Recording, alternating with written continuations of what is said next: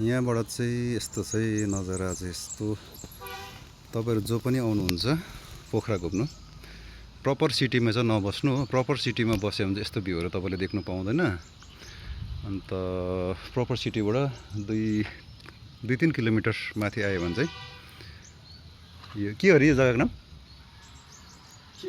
पम्डी के थियो है? तल्लो गाउँको के अरे हो।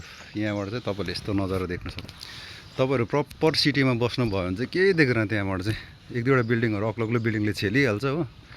अन्त यता माथि बस्नु भने चाहिँ पोखराको भ्यू पनि सबै मजाले देख्नुहुन्छ। तर पर एयरपोर्टहरु देख्दैछ हो। यो फेवा लेक एकदम कम्प्लिट देख्नुहुन्छ यहाँ माथिबाट चाहिँ हो। अन्त भर्खर पानी रह्यो। अन्त यस्तो चाहिँ आजको नजारा चाहिँ। अब हामी चाहिँ यहाँबाट मुस्ताङ तर्फ लाग्नु आँटेको। सामानहरु सबै प्याकिङ भइसक्यो। अब चेक आउट गर्न मात्रै बाँकी छ। अन्त भरे अपडेट दिँदै जान्छु बाटोमा के कस्तो हो। Okay friends, bye bye, have a nice day.